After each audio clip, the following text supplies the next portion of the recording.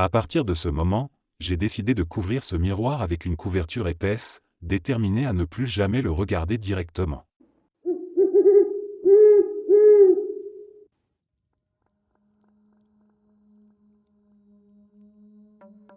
Je vis seul dans une petite maison, et il m'arrive parfois d'inviter un ami qui habite dans une grande ville à venir passer la soirée chez moi.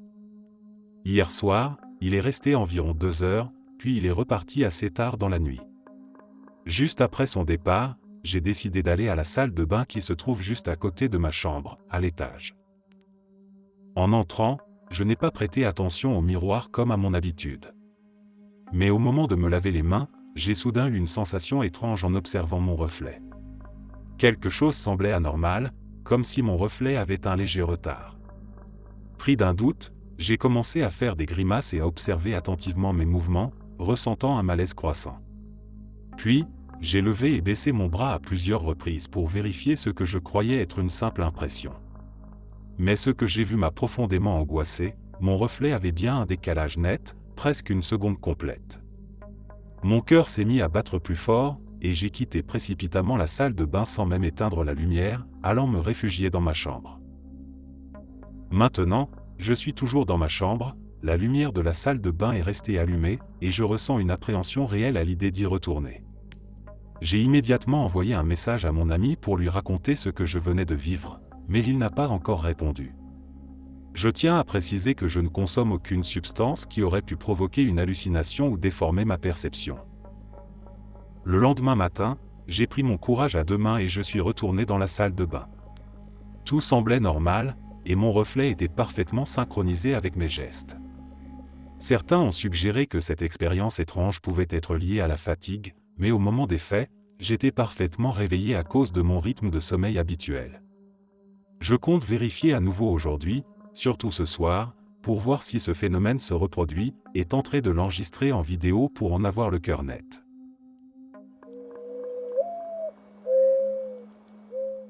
Vous connaissez sûrement cette expérience où il faut fixer son reflet dans un miroir droit dans les yeux sans détourner le regard, jusqu'à ce que le visage commence à se déformer étrangement.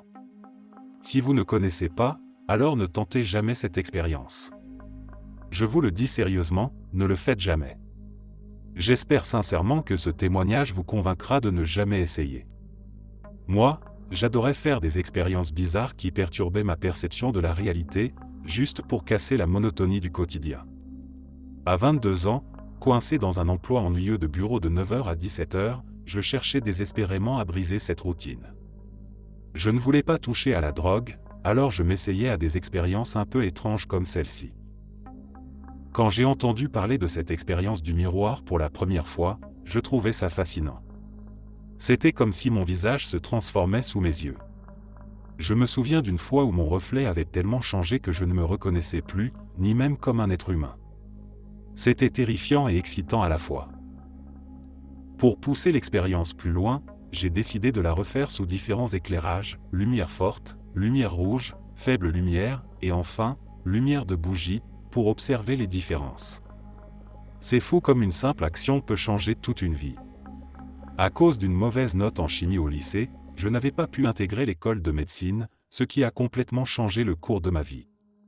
De la même manière, ce soir-là, allumer 3 simples bougies allait avoir un impact colossal sur mon existence. Un soir, j'ai décidé d'essayer l'expérience à la lueur des bougies. Étrangement, j'ai ressenti immédiatement une sensation de peur. Ne jamais ignorer son instinct, c'est comme un deuxième cerveau. Malgré cela, j'ai poursuivi. J'ai allumé 3 bougies, suffisamment pour éclairer uniquement mon visage. J'ai commencé à fixer mes yeux dans le miroir. 20 secondes plus tard, mon visage n'avait toujours pas changé comme d'habitude. J'ai continué malgré un sentiment croissant de malaise. Puis, lentement, mon reflet a commencé à se transformer, d'une manière très différente cette fois, mes yeux semblaient se rapprocher l'un de l'autre, devenant rouges, et je réalisais que mon reflet souriait d'une façon très large et inquiétante, au point que mes gencives étaient visibles, rouges et anormalement saillantes. Prise de panique, j'ai fermé les yeux. En les rouvrant, pendant une fraction de seconde, j'ai revu cette image déformée. J'ai pensé qu'il s'agissait d'une rémanence, comme lorsqu'on fixe une image trop longtemps sur un écran puis qu'on la voit encore quand on détourne le regard. J'ai essayé d'oublier et j'ai évité les miroirs toute la journée. Mais le soir venu, alors que je me coiffais devant mon miroir, j'ai cru apercevoir, juste une seconde, cette même version déformée de moi-même, debout derrière moi, arborant toujours cet horrible sourire. Je me suis retourné en criant presque, mais il n'y avait rien derrière moi. Après cela, plus rien d'étrange ne s'est produit pendant un moment. J'ai arrêté cette stupide expérience. Pourtant, peu de temps après, chez une amie, j'ai revu cette version horrible de mon visage dans le reflet d'un pot en argent que je séchais. J'ai failli le lâcher de frayeur. À partir de là, cette image déformée a commencé à apparaître régulièrement, sur n'importe quelle surface réfléchissante, les fenêtres du bureau, les flaques d'eau dans la rue, le miroir de la salle de bain, l'écran de mon ordinateur. À chaque reflet, ce visage monstrueux revenait me hanter. Je ne sais toujours pas comment j'ai réussi à garder mon sang-froid. J'ai fini par retirer tous les miroirs et objets réfléchissants de chez moi, et j'ai demandé à ma meilleure amie de venir habiter avec moi, prétextant me sentir seul. Mes parents étaient à l'étranger, je ne pouvais donc pas me réfugier auprès d'eux. Jamais je n'aurais imaginé que quelque chose d'aussi familier que mon propre visage puisse me terrifier autant. Désormais, chaque fois que je regarde mes mains ou mon corps, je les observe avec insistance, juste pour m'assurer que c'est bien moi. La phrase « je connais ça comme le dos de ma main » me paraît aujourd'hui absurde, car désormais, je doute constamment même de mes propres mains. Je ressentais le besoin urgent d'en parler à quelqu'un de sage et rassurant. Même si je ne suis pas particulièrement religieuse, je me sens toujours bien dans les temples hindous, y trouvant calme et réconfort. J'avais noué une amitié sincère avec un prêtre au fil des ans. Il racontait souvent des histoires pleines de sagesse et de leçons sur la vie. Je décidai donc de lui confier mon expérience étrange. Je suis allé le voir un mardi soir, car c'est habituellement calme au temple. Après les prières habituelles, je lui ai demandé de m'écouter. Il était toujours serein, mais cette fois, dès que j'ai commencé à lui raconter mon histoire, son visage s'est assombri, visiblement très inquiet.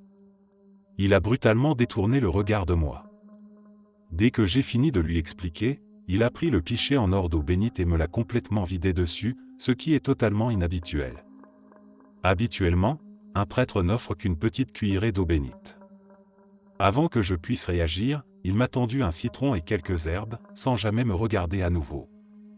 Il m'a ordonné d'éviter tous les reflets et de revenir la semaine suivante. Je voulais discuter, mais il a insisté pour que je parte immédiatement. Je n'oublierai jamais son expression, cela m'a profondément terrorisé. Aujourd'hui, je partage cette histoire en espérant trouver quelqu'un ayant vécu une expérience similaire ou pouvant m'offrir de l'aide, un peu de réconfort. J'en ai vraiment besoin.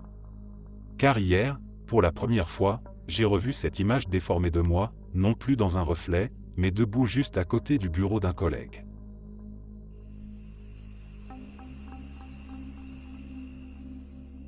Parmi toutes les légendes urbaines qui hantent l'imaginaire collectif, celle de Bloody Mary demeure l'une des plus célèbres et des plus troublantes, en partie parce qu'elle s'ancre profondément dans une peur primitive du miroir comme portail vers l'inconnu.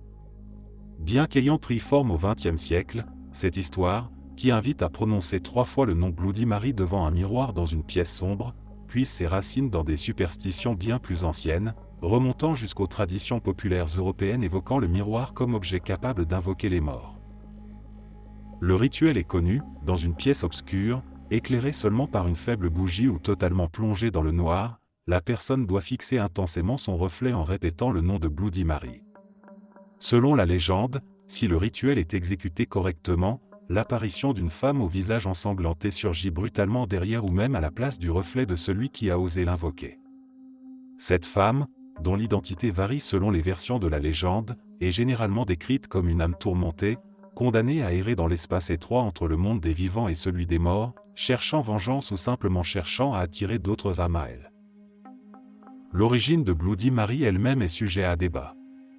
Certains récits l'associent à la reine Marie Tudor, surnommée Marie la Sanglante en raison de ses persécutions brutales contre les protestants au XVIe siècle. D'autres y voient le spectre d'une femme injustement exécutée lors des procès des sorcières, revenant hanter le monde pour réclamer justice.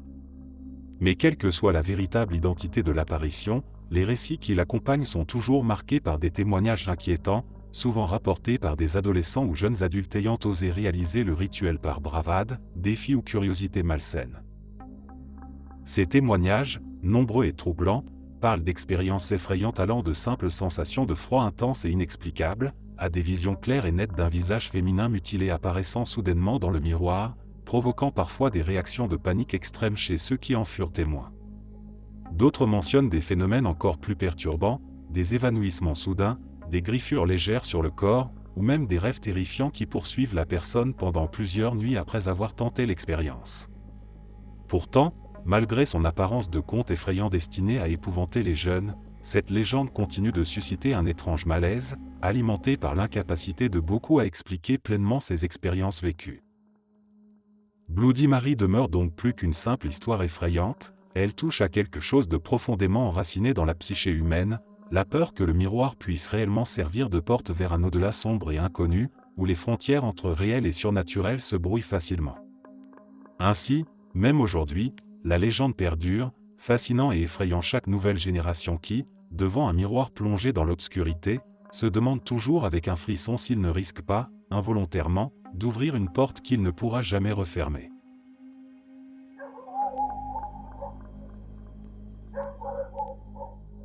Nous avons emménagé dans cette maison en janvier 2019, après avoir quitté notre ancienne demeure en novembre 2018. Durant cette période d'attente, nous avons logé à l'hôtel pendant que toutes nos affaires étaient entreposées par la compagnie de déménagement. Lorsque le moment de notre installation est enfin arrivé, toutes nos affaires nous ont été livrées, numérotées, vérifiées et complètes. Certaines choses sont allées directement au garage, au sous-sol ou dans une pièce de rangement, puisque nous ne comptions pas tout réinstaller immédiatement. Parmi ces objets, il y avait le miroir qui allait autrefois au-dessus de notre commode dans la chambre principale. Nous avions décidé, lors de notre arrivée dans cette nouvelle maison, de ne plus le fixer sur la commode comme avant. Il avait été accroché ainsi pendant des années dans notre ancienne maison, et j'avais simplement envie d'un peu de changement. Tout allait bien jusqu'à il y a quelques semaines, lorsque nous avons acheté un nouveau lit. Inspiré par ce changement, j'ai eu envie de revoir complètement la décoration de notre chambre. Nouvelle literie, rideaux, décoration, tout y est passé. C'est à ce moment-là que nous avons ressorti le fameux miroir de la pièce de rangement. Je pensais que mon mari trouverait facilement le nécessaire dans ses nombreux outils, ou qu'au pire nous ferions un saut au magasin de bricolage pour obtenir le matériel adapté, car je n'étais pas certaine d'avoir encore les fixations d'origine. Rien d'insurmontable. Mais au moment où nous avons retiré la protection du miroir, nous avons remarqué quelque chose d'étrange. Il n'y avait plus aucun moyen de fixer ce miroir à la commode, alors que pendant des années il possédait des pièces métalliques qui glissaient parfaitement dans les attaches situées au dos de la commode. Nous avons tiré la commode pour vérifier, mais stupeur, il n'y avait aucune trace ni trou indiquant que le miroir avait déjà été fixé à cet endroit. Les fixations métalliques avaient tout simplement disparu, et rien ne laissait penser qu'elles avaient existé. Déconcertés, nous avons également découvert quelque chose d'encore plus surprenant. Derrière le miroir se trouvaient désormais des crochets permettant de l'accrocher directement au mur.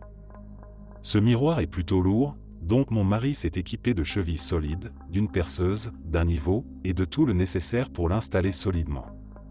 Cette opération nous a pris bien plus de temps que d'habitude, alors que normalement il nous suffisait de glisser simplement le miroir dans ses attaches d'origine.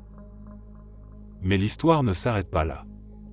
Quelques minutes avant d'écrire ceci, je nettoyais le tiroir de ma table de chevet, et j'ai découvert un petit sachet portant l'inscription « Miroir de la chambre principale ». À l'intérieur se trouvaient toutes les fixations originales que nous pensions perdues. J'ai à nouveau inspecté la commode, mais toujours aucun trou ou marque prouvant que le miroir avait été fixé auparavant. Actuellement, mon miroir est solidement accroché au mur, sans aucune pièce ayant mystérieusement réapparu pour s'accrocher à la commode.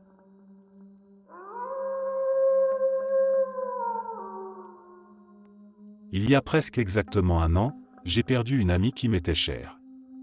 Depuis quelques jours, son souvenir me hante davantage, sans doute parce que cette date anniversaire ravive en moi cette douleur, mais aussi cette étrange expérience que je n'arrive toujours pas à oublier. Lorsque j'ai appris son décès, j'ai pris l'avion pour assister à ses funérailles. Là-bas, je devais retrouver un groupe d'amis pour nous rendre ensemble dans la petite ville où elle allait être enterrée.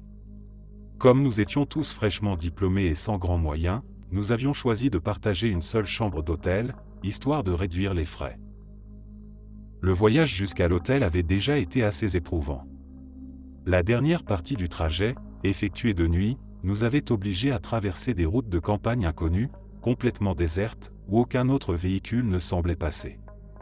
Plus nous avancions, plus nous étions perdus, jusqu'à nous retrouver dans un épais brouillard qui semblait surgir de nulle part, tout à fait inhabituel dans cette région. L'un de mes amis, essayant sans doute de détendre l'atmosphère, plaisanta en disant que c'était sûrement notre ami disparu qui nous jouait un tour, mais l'ambiance restait lourde. Il était environ 23 heures quand nous sommes enfin arrivés à l'hôtel, complètement épuisés. Nous nous tenions tous dans le hall de l'hôtel, attendant de pouvoir faire le check-in, qui semblait durer une éternité. J'étais fatigué, distrait, perdu dans mes pensées. Et c'est à ce moment-là, sans prévenir, que j'ai aperçu mon ami disparu dans un miroir du hall. Ce n'était pas une vision effrayante ou lugubre, ni même quelque chose de particulièrement spectaculaire. Elle se tenait là, simplement, parmi nous, avec une apparence parfaitement normale. Elle ne me regardait même pas, ce qui explique pourquoi, dans un premier temps, je n'ai pas réalisé immédiatement à quel point cette scène était étrange. Je l'ai fixée quelques secondes sans réagir, avant de détourner le regard machinalement. Mais lorsque j'ai enfin pris conscience de ce que je venais de voir, j'ai relevé rapidement les yeux vers le miroir. Bien sûr, elle n'était plus là. À sa place, juste du vide, comme si elle n'avait jamais été là. En racontant tout cela maintenant, j'ai l'impression que c'est presque un cliché. Mais cette apparition, même brève, semblait incroyablement naturelle. Elle n'avait rien du fantôme sinistre ou du regard hanté auquel on pourrait s'attendre. Au contraire, elle semblait simplement être là, debout dans le hall, patiente et un peu ennuyée, le regard posé vers le comptoir de l'accueil, exactement comme le reste d'entre nous. Je me souviens précisément de sa tenue, elle portait son blouson en cuir qui lui allait si bien, son maquillage impeccable, comme à son habitude, et ses petites boucles d'oreilles en filigrane dorée que je lui avais offertes à Noël. Tout était si réel, si naturel, que pendant ces quelques secondes, elle était redevenue vivante à mes yeux. Je n'ai rien dit à personne de ce que j'avais vu ce soir-là. Je ne voulais pas bouleverser mes amis, déjà suffisamment éprouvés. À vrai dire, je ne leur en ai toujours pas parlé à ce jour. Parfois, je me dis que ce n'était sans doute que mon imagination, la fatigue et le chagrin qui m'ont fait voir son image. Mais une part de moi préfère croire que c'était réel. C'était apaisant de la voir, comme si elle voulait nous rassurer ou simplement s'assurer que nous étions bien arrivés pour lui dire au revoir. Son décès n'avait pas été soudain, nous savions tous depuis longtemps qu'elle allait partir, et sa plus grande peur était d'être oubliée après sa mort. Alors aujourd'hui, je choisis de croire qu'elle était venue ce soir-là pour être certaine que nous n'oublierions jamais, et qu'elle serait toujours là, quelque part, près de nous.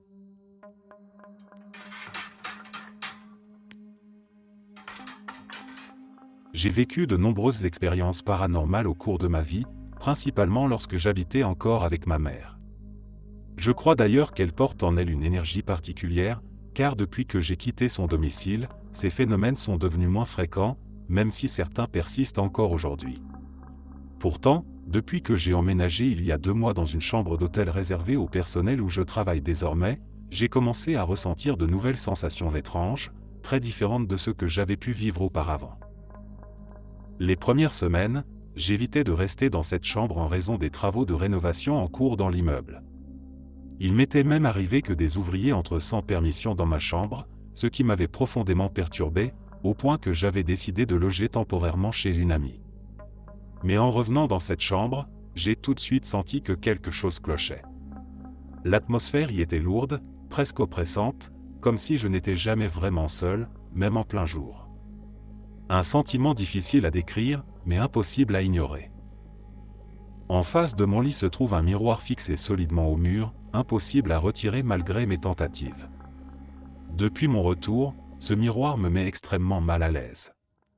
Souvent, je me surprends à le regarder involontairement, éprouvant à chaque fois une sensation désagréable, comme si quelqu'un, ou quelque chose, m'observait silencieusement.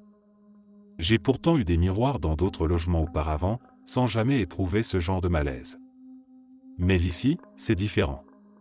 Plus les jours passent, plus cette impression devient envahissante, surtout la nuit. Pour atténuer ce sentiment, j'ai recouvert le miroir avec un sac poubelle. Cette solution temporaire m'a permis de retrouver un peu de calme, mais malgré tout, une sensation persistante demeure, celle d'une présence invisible qui partage mon espace. Cette atmosphère dérangeante m'empêche de dormir dans l'obscurité, alors que j'ai toujours préféré le noir complet. Désormais, je dois laisser une lumière allumée chaque nuit pour me sentir un peu en sécurité. Récemment, une collègue m'a confié au détour d'une conversation anodine qu'une personne était décédée dans des circonstances particulièrement sombres dans une chambre située à seulement quelques portes de la mienne. Cette révélation m'a profondément marqué. Se pourrait-il que ce décès soit lié aux phénomènes étranges que je vis actuellement ? Serait-ce l'origine de ces regards invisibles qui semblent constamment posés sur moi ? Je m'interroge aussi sur la perception étrange que les miroirs provoquent chez certaines personnes. Est-ce un phénomène courant que de ressentir une énergie négative émanant d'un simple reflet ? Après avoir partagé mon histoire, j'ai reçu beaucoup de retours de personnes ayant vécu des expériences similaires. Cela m'a soulagé de constater que je n'étais pas seul à ressentir ce genre de choses. Cependant, malgré le sac poubelle, même en ajoutant un drap par-dessus, mon sommeil demeure perturbé. Il m'arrive souvent de me réveiller en pleine nuit avec une sensation oppressante, contraint de me couvrir le visage avec ma couverture pour éviter de croiser le reflet masqué du miroir. J'en ai reparlé à ma collègue, qui à son tour a commencé à avoir peur de rester seule dans le bâtiment, m'avouant avoir elle aussi entendu des bruits étranges, notamment des portes qui claquent sans raison apparente. Peu de temps après avoir publié mon témoignage, alors que nous étions dans le sous-sol de l'hôtel, j'ai distinctement entendu le son de talons aiguilles résonnant dans le couloir menant à une pièce de stockage. Après vérification, personne dans l'établissement ne portait ce type de chaussures ce jour-là. Bien sûr, je tente de rationaliser ce genre de phénomène, mais le bruit était si clair, si précis, qu'il est difficile de le chasser de mes pensées. Bien que je n'ai toujours pas obtenu l'autorisation officielle pour retirer ce miroir, j'ai pris la décision de le décrocher du mur, quitte à risquer des frais supplémentaires pour d'éventuels dégâts. J'ai besoin de retrouver la paix, de dormir enfin paisiblement. J'envisage aussi de partager d'autres histoires vécues, car savoir que d'autres personnes vivent des expériences semblables est un véritable réconfort. Parmi mes proches, personne ne semble comprendre ce genre de vécu paranormal, et pouvoir échanger sur le sujet me fait beaucoup de bien. L'histoire du miroir de Bela Lugosi commence bien avant qu'il n'acquiert sa sombre réputation. Bela Lugosi, l'acteur hongrois devenu célèbre pour avoir incarné Dracula au cinéma en 1931, possédait chez lui un grand miroir ancien, orné d'un cadre en bois sombre, qui avait une allure inquiétante, même pour un homme habitué à incarner des rôles sombres. Après la mort de Lugosi en 1956, l'objet fut vendu lors d'une vente aux enchères où ses biens furent dispersés aux quatre coins du pays. C'est à partir de ce moment-là que commencèrent à émerger les premiers récits troublants. Le premier propriétaire après Lugosi remarqua rapidement que quelque chose clochait avec ce miroir. Peu de temps après l'avoir installé dans sa demeure, il commença à ressentir une lourde présence à chaque fois qu'il passait devant lui. Ce n'était pas seulement une impression fugace, mais une sensation d'être observé par un regard perçant, froid et profondément perturbant.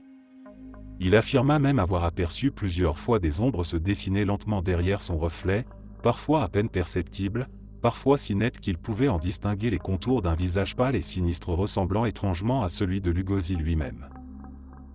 Rapidement, l'homme tenta de s'en débarrasser, cédant le miroir à un autre collectionneur passionné par l'étrange et l'occulte. Ce nouveau propriétaire, d'abord sceptique, finit par confirmer les dires de son prédécesseur. Non seulement il voyait régulièrement ces mêmes ombres, mais sa santé commença également à se détériorer mystérieusement. Il souffrait de cauchemars terrifiants dans lesquels il voyait Lugosi debout devant le miroir, murmurant des phrases incompréhensibles dans une langue inconnue. Pris de panique, il finit par revendre l'objet à un musée de curiosités occultes, espérant ainsi se libérer de cette influence néfaste. Au musée, le miroir devint rapidement l'attraction principale. Les visiteurs qui s'en approchaient racontaient souvent ressentir une tension palpable dans l'air, accompagnée de frissons glacés inexpliqués. Plusieurs d'entre eux affirmaient voir apparaître soudainement des reflets mouvants, parfois déformés, parfois accompagnés d'éclairs lumineux ou de visions furtives de visages inconnus. Certains visiteurs sensibles à ces phénomènes quittaient les lieux précipitamment, affirmant que le miroir les avait regardés, sondés, et qu'ils avaient ressenti une angoisse profonde face à son reflet sombre. Les spécialistes du paranormal qui se sont intéressés au miroir suggérèrent que l'objet avait peut-être absorbé une partie de l'âme torturée de Lugosi, connu pour avoir sombré dans la dépression et l'addiction à la fin de sa vie. D'autres pensaient que Lugosi, passionné par l'occulte, aurait pu pratiquer des rituels devant ce miroir, ouvrant ainsi une porte vers quelque chose de beaucoup plus sombre que lui-même. Aujourd'hui encore, le miroir continue de fasciner les visiteurs, témoignant silencieusement d'une vérité que personne n'a encore pu totalement percer.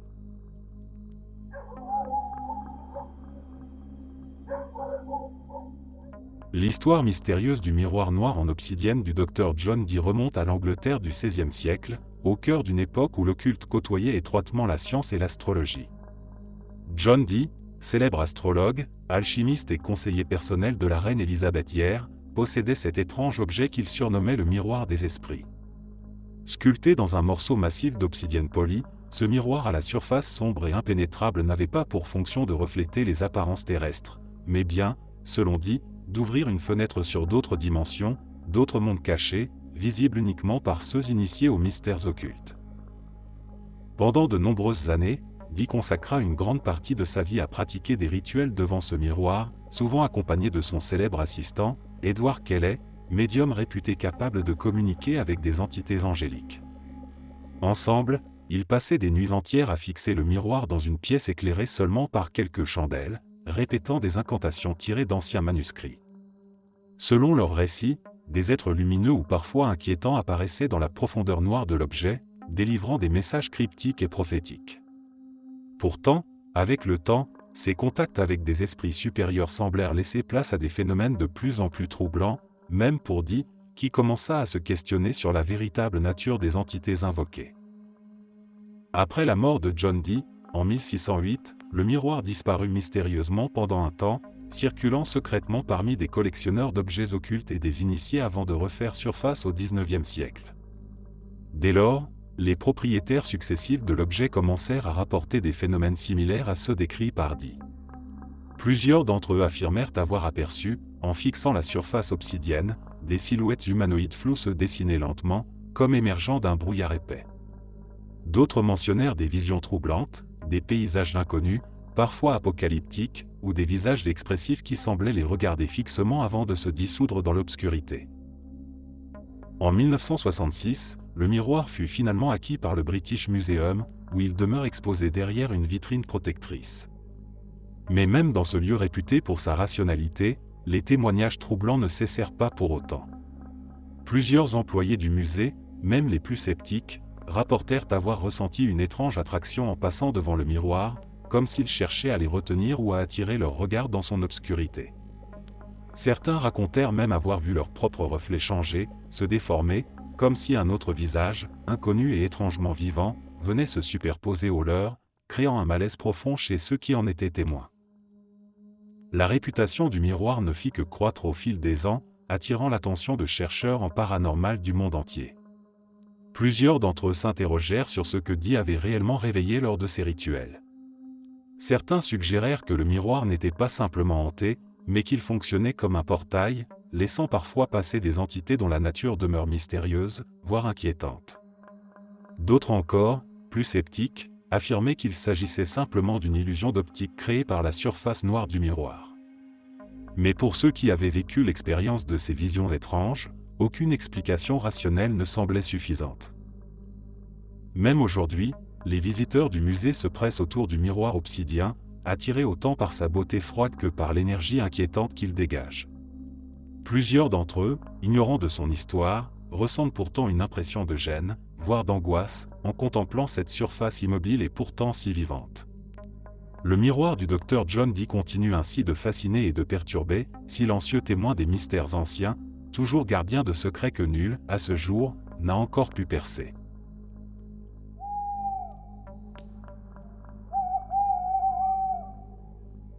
Dans ma chambre, j'ai 2 grands miroirs, chacun suffisamment large pour qu'un adulte puisse s'allonger dessus en se recroquevillant. Récemment, j'ai décidé de réaménager l'espace et, sans vraiment y réfléchir, j'ai placé ces deux miroirs face à face. Depuis ce changement, quelque chose a commencé à se produire. Chaque nuit, je suis hanté par des cauchemars terribles, d'une intensité que je n'avais jamais connue auparavant. Je ressens aussi, à chaque fois que je m'allonge dans mon lit, une sensation pesante, comme un poids invisible qui oppresse mon esprit et me tire vers le bas. Je suis convaincu que ces phénomènes sont liés à la position des miroirs, car c'est depuis ce moment précis que tout a commencé. Mais il y a autre chose. Le lendemain même du réaménagement, une chatte noire est mystérieusement apparue devant notre porte d'entrée. Elle semblait nous attendre. Elle est incroyablement affectueuse, calme, très bien éduquée, comme si elle nous avait toujours connus.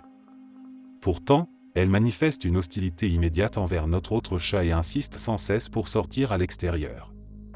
Parfois elle ne part que quelques minutes, mais une fois, elle a disparu pendant près de 9 heures. Pourtant, chaque fois qu'elle revient, son pelage est impeccable, et elle ne porte aucune trace de vie errante. Elle semble stérilisée et n'a visiblement jamais eu de portée. Je me suis renseigné auprès des voisins, mais personne ne la connaît, et si elle avait eu une maison, elle serait sûrement rentrée chez elle, non ? J'ai toujours eu une sensibilité particulière pour ressentir si une présence est malveillante ou bienveillante envers moi. Cette chatte, j'en suis certain, est venue pour me protéger, pour m'aider face à quelque chose. Mais face à quoi exactement ? Peut-être est-elle venue pour équilibrer l'énergie perturbée par ces miroirs placés face à face. On dit souvent que les miroirs qui se reflètent créent une sorte de portail ou de passage pour les énergies négatives. Ce pourrait bien être ce qui explique les cauchemars et ce sentiment oppressant qui ne me quitte plus depuis. Je ne sais pas précisément comment cela fonctionne, mais il est certain que je dois remédier rapidement à la situation. La première étape serait probablement de déplacer les miroirs afin qu'ils ne se regardent plus, brisant ainsi ce lien étrange qui s'est établi. Ensuite, peut-être devrais-je purifier la pièce d'une façon ou d'une autre, pour chasser les énergies sombres qui auraient pu s'y installer. Quant à la chatte noire, peut-être est-elle une gardienne, venue pour m'alerter et m'aider à traverser cette situation difficile. Je suis persuadé qu'elle n'est pas arrivée par hasard, et j'espère qu'en faisant ces changements, tout reviendra à la normale.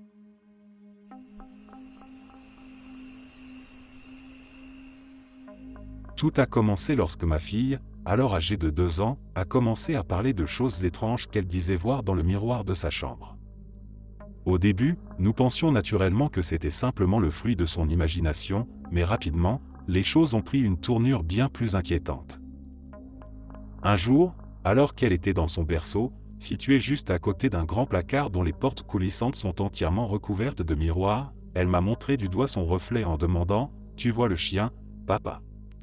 Surpris, je lui ai demandé si elle parlait de sa peluche, mais elle a insisté, en précisant qu'il était dans le miroir. Elle m'a même dit que ce chien aimait les lumières rouges que nous utilisions comme veilleuse, ajoutant qu'il venait s'asseoir près du miroir lorsque je quittais la chambre. Malgré mon trouble, elle semblait calme, donc je ne me suis pas inquiété outre mesure. Mais cette nuit-là, environ 1 heure après s'être endormie, elle s'est réveillée en hurlant de terreur. Ce n'était pas un simple pleur d'enfant, elle semblait véritablement paniquée, répétant sans cesse « Non, non, non ».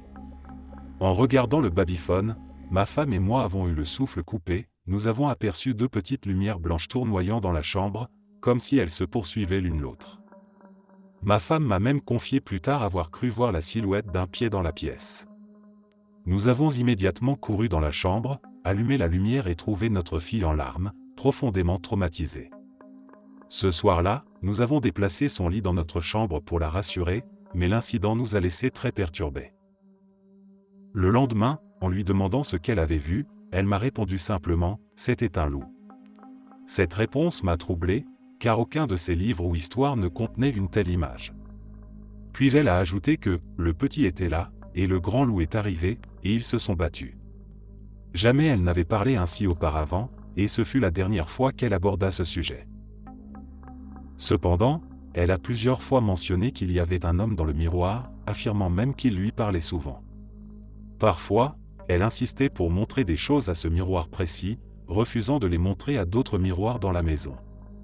Un jour, elle avait trouvé un petit chien en décoration et a voulu le montrer au miroir, avant de revenir brusquement, affirmant que le miroir avait dit « pas de chien ». Une autre fois, après l'avoir couché, elle s'est mise à chanter tranquillement pour nous appeler en disant « Maman, papa, protégez-moi ». En entrant, elle nous a indiqué le miroir en affirmant qu'un lion s'y trouvait. Nous avons joué le jeu pour la rassurer, faisant semblant de chasser le lion. Plus tard cette nuit-là, elle est tombée de son lit, chose qui ne lui était jamais arrivée auparavant, ajoutant encore à notre inquiétude. Aujourd'hui, je lui ai demandé si elle voulait que l'on couvre le miroir avec un rideau. Elle m'a répondu oui, ajoutant que parfois, cela faisait peur. Elle a précisé avoir vu un monstre. Cependant, elle m'a aussi dit que nous pourrions ouvrir le rideau de temps en temps pour dire bonjour à Monsieur Loup. D'après elle, Monsieur Loup n'est pas gentil, mais elle n'a pas l'air d'avoir peur de lui non plus. Je suis désormais en quête de conseils pour gérer cette situation qui dépasse tout ce que j'aurais pu imaginer. Je veux protéger ma fille, mais je me demande sérieusement comment prendre face à ces phénomènes inexplicables qui semblent liés à ce miroir.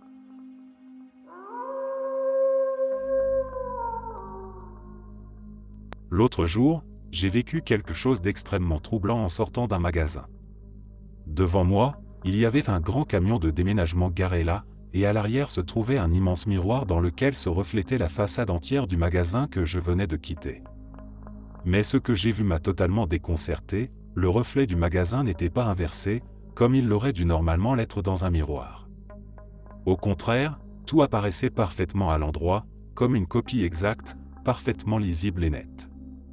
Les publicités collées sur la vitrine, l'affichage des résultats du loto, tout était lisible comme si ce n'était pas un reflet, mais plutôt une image imprimée, d'une netteté surréaliste. Abasourdi, je me suis retourné plusieurs fois vers le magasin pour vérifier, puis de nouveau vers le miroir, pensant d'abord que mes yeux ou mon cerveau me jouaient un tour étrange. Mais à chaque fois, c'était pareil, le reflet restait identique au magasin, absolument pas inversé, ce qui allait contre toute logique. Je n'étais pas le seul à remarquer cette anomalie. Derrière moi, un homme s'était figé, et je l'ai entendu murmurer une exclamation de surprise et de confusion, visiblement aussi perdu que moi. Lui aussi alternait son regard entre le miroir et la façade du magasin, cherchant sans doute comme moi une explication rationnelle à cette aberration visuelle. Nous nous sommes regardés, interloqués, sans rien dire pendant un moment, essayant de comprendre ce que nous étions en train d'observer. Puis, presque simultanément, nous avons de nouveau tourné nos regards vers le miroir, et là, comme par magie, tout était revenu à la normale. Le reflet était de nouveau inversé, exactement comme il aurait dû l'être dès le départ. Nous avons échangé quelques mots, essayant tant bien que mal de rationaliser ce phénomène incompréhensible. Aucun de nous n'a réussi à trouver une explication logique ou cohérente, et nous sommes finalement partis chacun de notre côté, toujours aussi confus et perturbés par cette expérience inexplicable.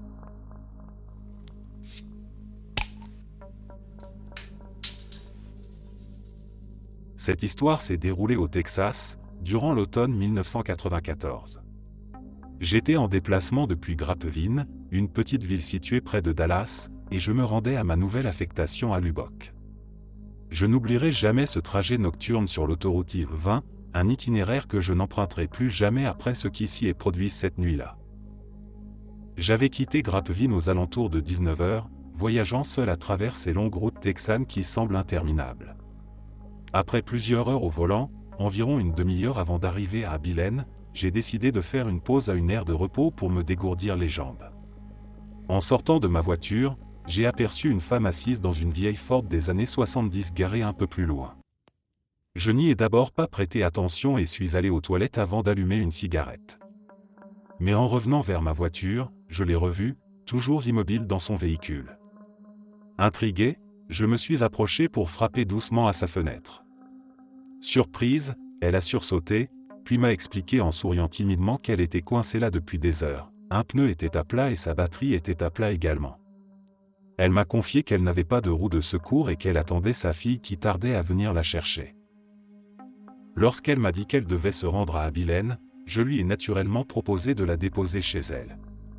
À ce moment-là, des larmes ont coulé sur ses joues, visiblement soulagée et reconnaissante. Durant le trajet, nous avons discuté un peu. Je lui ai parlé de mon service dans l'armée de l'air et de ma nouvelle affectation à Lubbock, tandis qu'elle me souhaitait bonne chance. Toutefois, j'ai remarqué qu'elle jetait constamment des regards inquiets dans le rétroviseur, ce qui m'a intrigué. Je lui ai demandé si elle se sentait à l'aise à bord de ma voiture, mais elle m'a simplement répondu en souriant que tout allait bien, et qu'elle était simplement soulagée qu'un inconnu ait bien voulu s'arrêter pour l'aider. Arrivée devant sa maison, dans une petite banlieue proche d'Abilene, elle m'a chaleureusement remercié, puis m'a tendu un bout de papier sur lequel elle avait griffonné son numéro de téléphone, me priant de l'appeler une fois arrivée à destination afin qu'elle sache que j'étais sain et sauf. Je lui ai promis de le faire dès le lendemain matin, sachant que j'arriverais tard à la base aérienne de Reese où j'allais loger. Mais ce soir-là, une fois arrivé à la base, je me suis installé rapidement dans ma chambre, me suis douché puis me suis couché épuisé. Le lendemain matin, emporté par les formalités administratives, j'ai totalement oublié de passer cet appel. Ce n'est que 2 semaines plus tard, en retrouvant par hasard ce morceau de papier, que je me suis souvenu de cette promesse non tenue. Un peu gêné, j'ai interrompu ce que j'étais en train de faire pour composer son numéro. Une jeune femme a répondu, et j'ai demandé à parler à Sandy. Elle semblait surprise, et m'a demandé de répéter. Pensant m'être trompé de prénom, j'ai précisé qu'il s'agissait peut-être de Sandra. Elle m'a demandé de m'expliquer, alors je lui ai raconté que j'avais raccompagné cette dame chez elle quelques semaines auparavant.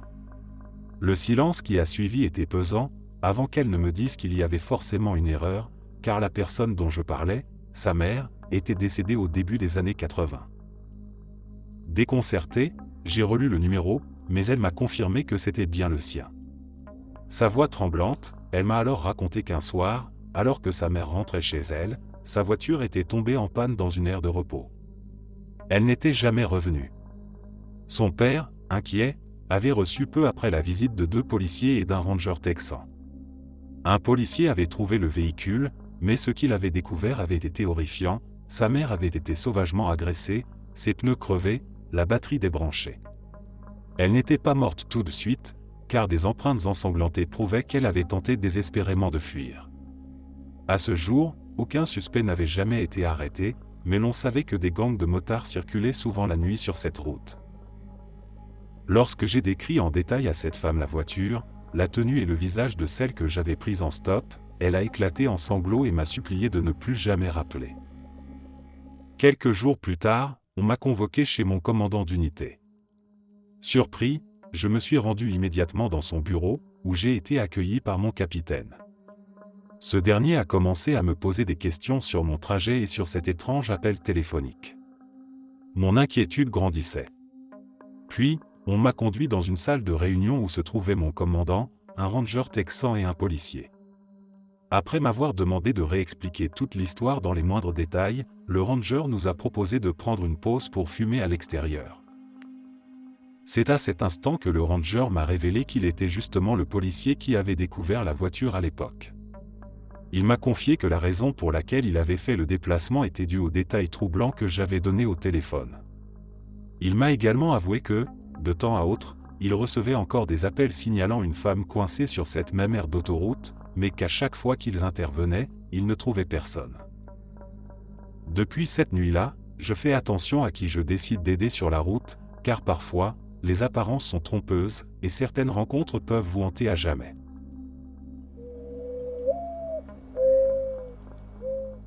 Il y a 2 choses étranges qui se sont produites le même jour et que je n'arrive toujours pas à ignorer tant elles m'ont profondément troublé.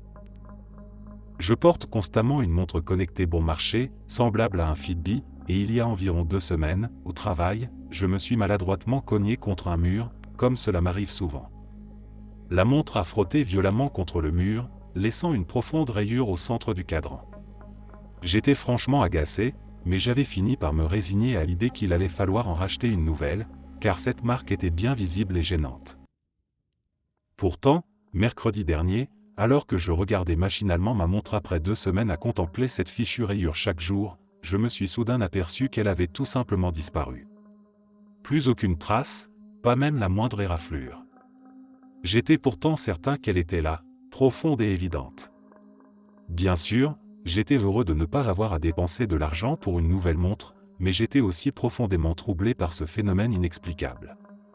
Je me demandais même si j'avais imaginé toute cette histoire, mais j'étais convaincu d'avoir vu cette rayure quotidiennement pendant ces 2 semaines. Mais cette journée étrange ne s'est pas arrêtée là. Quelques heures plus tard, je suis allé dans un pub avec des amis. Nous étions assis dans un box avec un miroir juste derrière nous. Assis face à ce miroir, je me suis tourné brièvement pour parler à la personne assise à côté de moi. Quand je suis revenu face au miroir, j'ai alors eu une étrange impression en observant mon reflet. Je venais à peine de me retourner, mais mon reflet semblait avoir un retard, comme s'il était légèrement désynchronisé. Ma tête avait fini de se tourner, mais j'ai pu clairement voir dans le miroir que mes lèvres continuaient encore à bouger. L'image n'avait duré qu'un bref instant, mais elle avait suffi à me glacer le sang. En réfléchissant à cela, je me suis dit que cette seconde expérience pouvait s'expliquer facilement par la fatigue ou une illusion d'optique. Peut-être que mon cerveau m'avait simplement joué un tour. Mais pour la première, celle de la rayure disparue sur la montre, aucune explication rationnelle ne me vient à l'esprit. Je reste perplexe devant cette réalité troublante qui défie toute logique.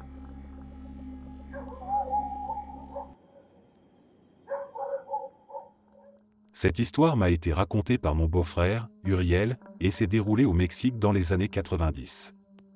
À cette époque, Uriel vivait avec sa famille dans une grande maison située à l'angle d'une rue.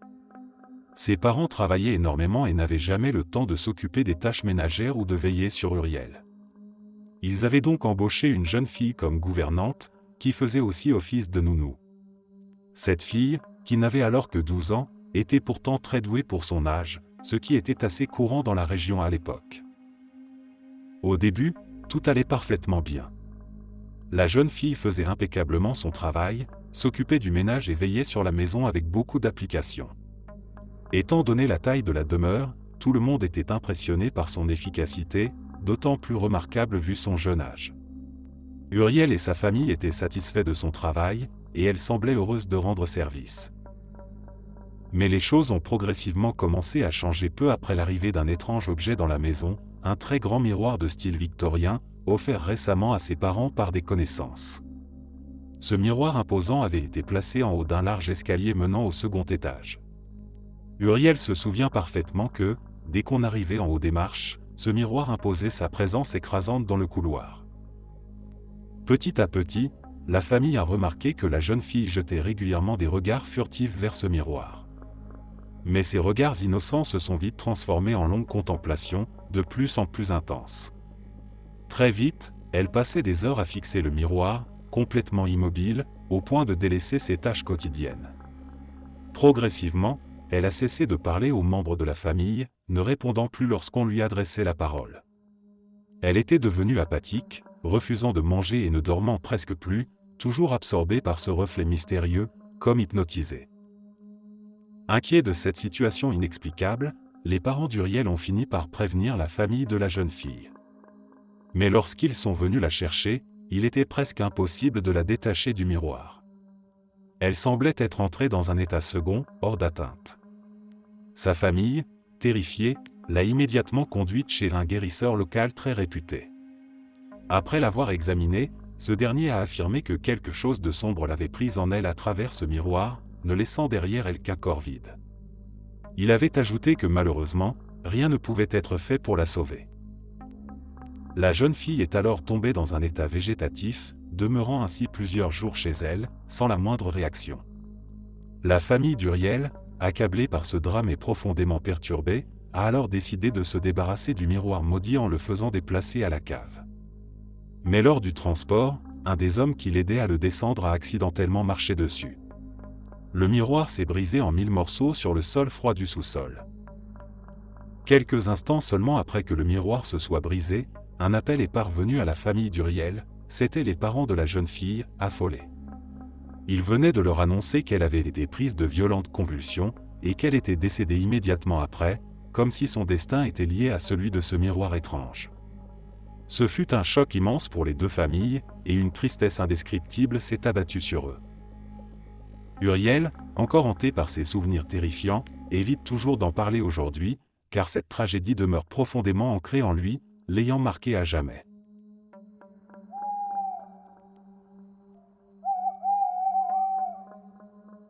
J'étais dans ma chambre, allongé sur mon lit, prêt à m'endormir quand des bruits étranges ont commencé à attirer mon attention. Au début, c'étaient des sons indistincts, comme des voix étouffées dans le lointain. Puis soudain, j'ai entendu quelqu'un crier mon nom au loin, comme un appel urgent, et j'ai cru que c'était ma mère. Mais très vite, j'ai réalisé que ce n'était pas sa voix. À ce moment-là, j'ai commencé à douter de moi, pensant que mon imagination était en train de me jouer des tours. C'est alors que mon regard s'est posé machinalement sur le miroir accroché au mur. Ce que j'y ai vu m'a coupé le souffle, c'était moi, ou plutôt mon reflet, mais il ne reproduisait pas mes gestes. Je me voyais clairement debout, marchant dans la pièce, tenant une lampe de poche dans la main, comme si j'étais en train de chercher quelque chose avec insistance. Pourtant, j'étais bel et bien allongé dans mon lit, immobile.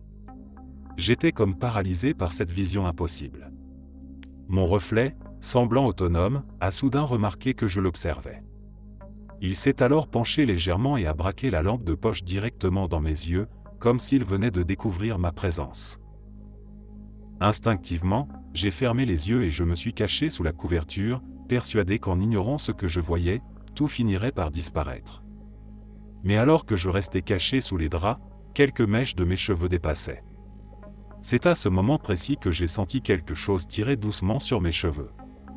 Ce geste n'était pas agressif, au contraire, il était presque tendre, comme quelqu'un qui joue gentiment avec vos cheveux.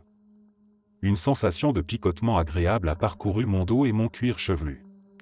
Cependant, cette traction était suffisamment forte pour faire basculer légèrement ma tête en arrière. Déconcerté, j'ai brusquement ôté la couverture de mon visage.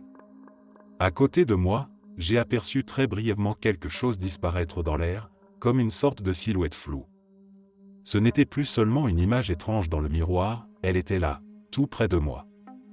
Je n'ai vu qu'une brève image résiduelle de mon propre t-shirt s'évanouir dans le vide, juste à côté de moi. Je ne savais plus quoi penser de tout cela. Je n'avais pas ressenti de peur réelle, juste une profonde incrédulité, me demandant si je n'étais pas victime d'hallucinations. Maintenant, j'en suis sûr, mon esprit ne m'a pas joué de tours.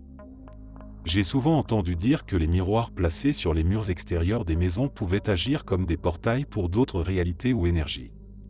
Or, mon miroir est justement accroché sur un mur extérieur, et c'est précisément de ce côté-là que provenaient les bruits étranges entendus plus tôt dans la soirée.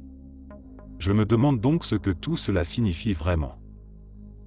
Le fait que je n'ai pas ressenti de terreur me fait douter qu'il s'agissait d'une présence malveillante, mais je n'en suis pas certain pour autant.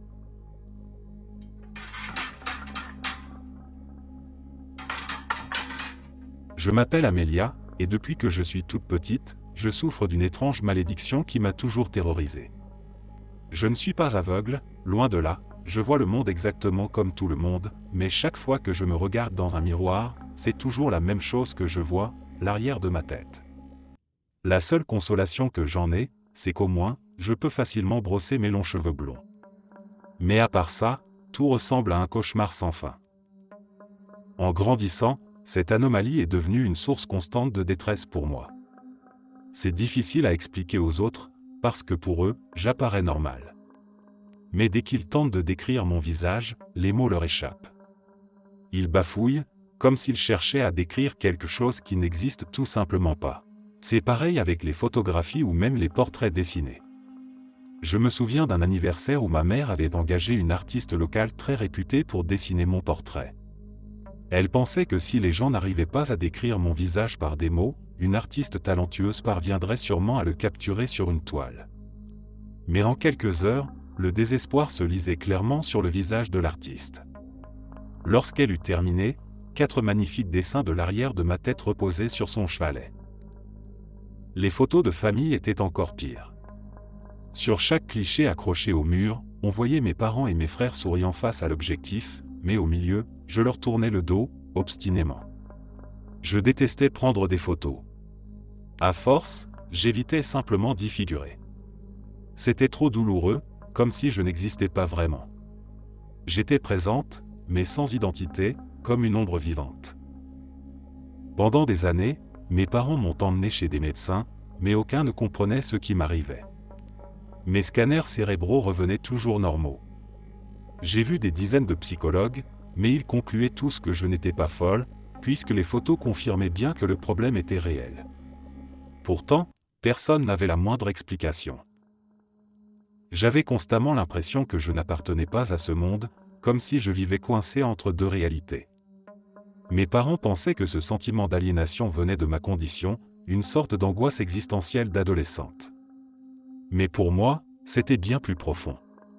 Ce n'était pas des hormones, ni un trouble mental, mais un cauchemar permanent qui me poursuivait dès que j'ouvrais les yeux. À 17 ans, mon lycée a organisé son premier bal de fin d'année. Malgré mes craintes, j'étais excité. Ma meilleure amie, Lily, m'avait aidé à choisir une robe bleue profonde qui mettait en valeur mes cheveux blonds. Pour une fois, je me sentais presque normal, riant avec elle tandis que nous nous coiffions mutuellement.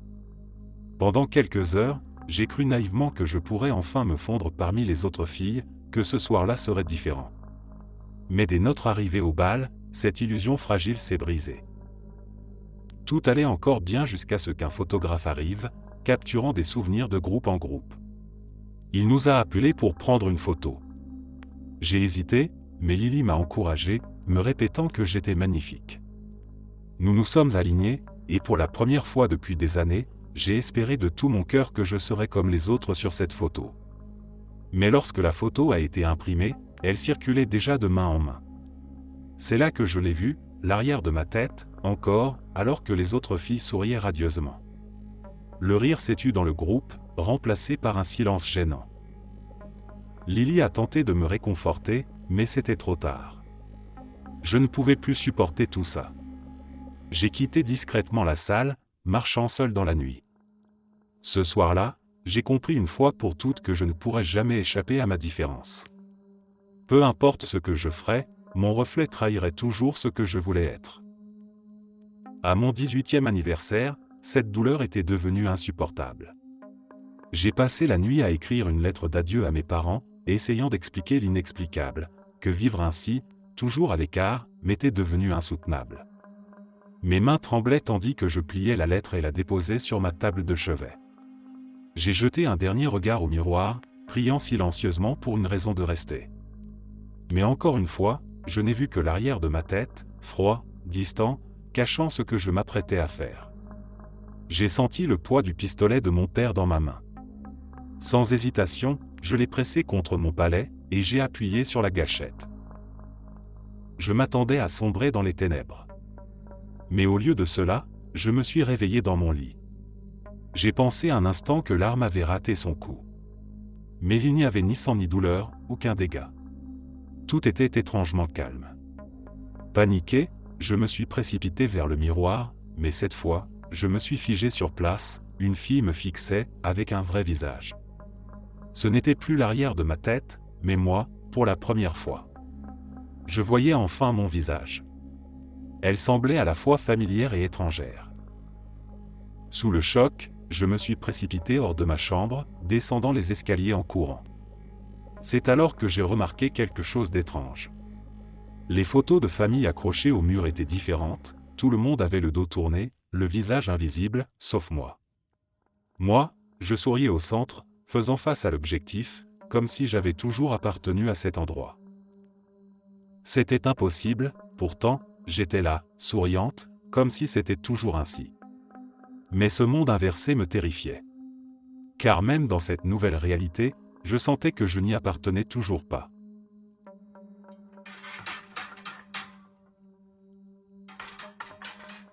Dans les profondeurs de la Louisiane, cachée parmi les chênes couverts de mousse espagnole, se dresse la plantation de Myrtle, une demeure coloniale construite à la fin du XVIIIe siècle, célèbre pour ses histoires de fantômes et ses mystères insondables. Parmi les nombreux récits qui entourent cette vieille maison, celui du miroir hanté placé dans son hall principal fascine depuis longtemps visiteurs et enquêteurs du paranormal. Ce miroir imposant, encadré de bois sculptés, datant de l'époque faste de la plantation, semble détenir un secret que personne n'a jamais réussi à pleinement comprendre.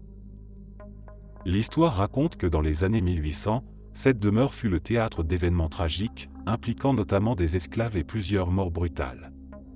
La légende la plus persistante tourne autour d'une esclave nommée Chloé, une jeune femme au destin funeste qui aurait été victime de représailles cruelles après avoir tenté de se venger de son maître. Son histoire s'entremêle étrangement avec celle du miroir, car peu après sa mort, des phénomènes inexplicables commencèrent à apparaître autour de l'objet. Des générations de visiteurs ont affirmé avoir aperçu, en passant devant ce miroir, des formes indistinctes se matérialiser lentement derrière leurs propres reflets, apparaissant comme de pâles silhouettes émergeant d'une brume invisible. Ces apparitions, bien qu'éphémères, étaient assez claires pour laisser une empreinte durable dans la mémoire des témoins, provoquant souvent des réactions de peur incontrôlables. Mais le phénomène le plus troublant reste les empreintes fantomatiques qui se forment mystérieusement sur la surface du miroir. Plusieurs propriétaires ont tenté, en vain, de les nettoyer.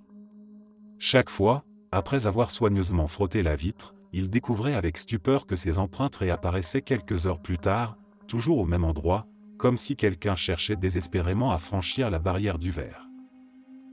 Ces empreintes semblaient appartenir à des mains délicates, parfois de taille enfantine, et certains prétendaient même avoir distingué des traces de visage flou se formant dans les profondeurs du reflet. De nombreuses hypothèses ont circulé pour expliquer ces phénomènes étranges.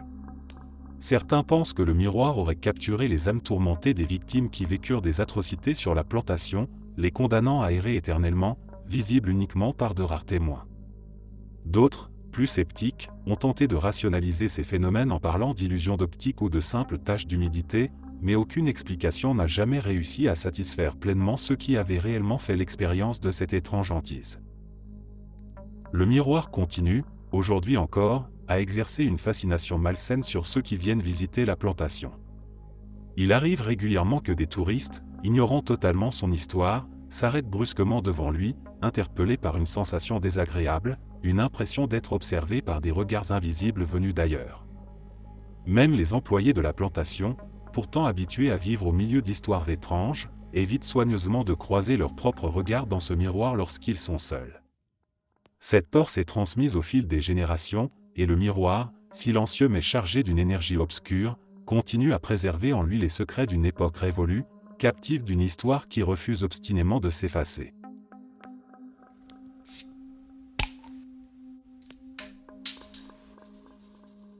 Cette histoire s'est déroulée il y a quelques années déjà, et même si certains détails m'échappent, cette expérience reste gravée profondément en moi.